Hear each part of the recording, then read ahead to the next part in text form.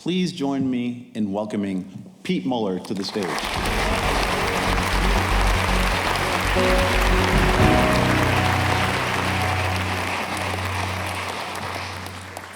Good morning. All right.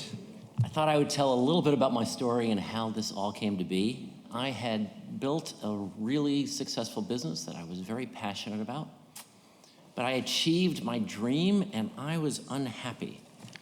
And I had stopped playing music, which had been an important part of my life. And music has always been my way of getting to emotional truth and figuring out what's inside of me. And I'm sure for all of you here that you feel the same way. It's about getting to what's inside you. And so my life blew up, and the way I dealt with it was to start writing songs. I had never written songs before. I'd always been a piano player. I joined a songwriter circle. I wanted to get good. And I learned that to improve, in addition to listening to your emotional truth, you had to be good at seeking out feedback and finding people that really cared about you, that were willing to push you and challenge you, but were invested in your growth. I put out a couple albums.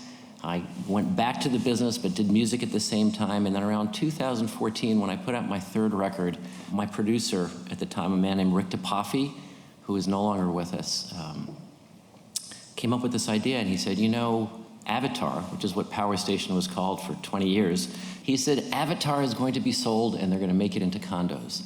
And maybe instead of finding just a studio for yourself, you can figure out a way to get Berklee, freaking College of Music. I'm gonna keep using that, that's good. From Boston to New York. And now I had recently joined the board of trustees and I'd met the president at the time, Roger Brown. And when I joined, I said, Roger, I'll do this, I'll see if I can help. And we both held true to that promise. This vision of Berklee, New York happened, but it would not have happened without the man to my right. And that is Steven Weber.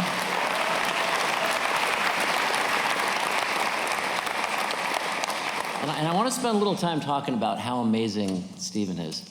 Yeah, right?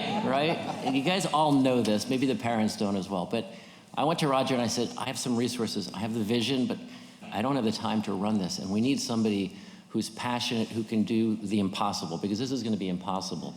And Steven said, sure, I'll do this.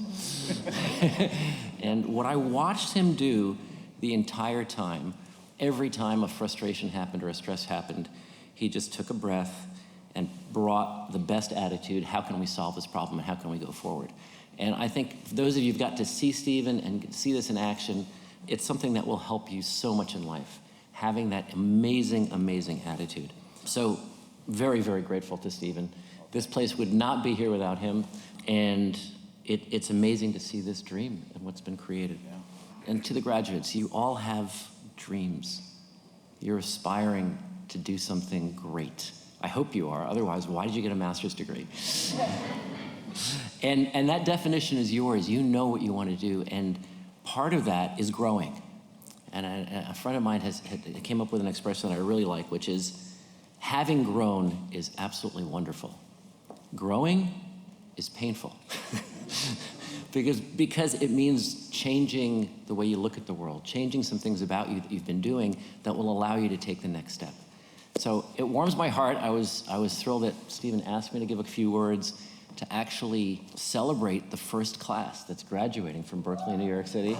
It's absolutely amazing.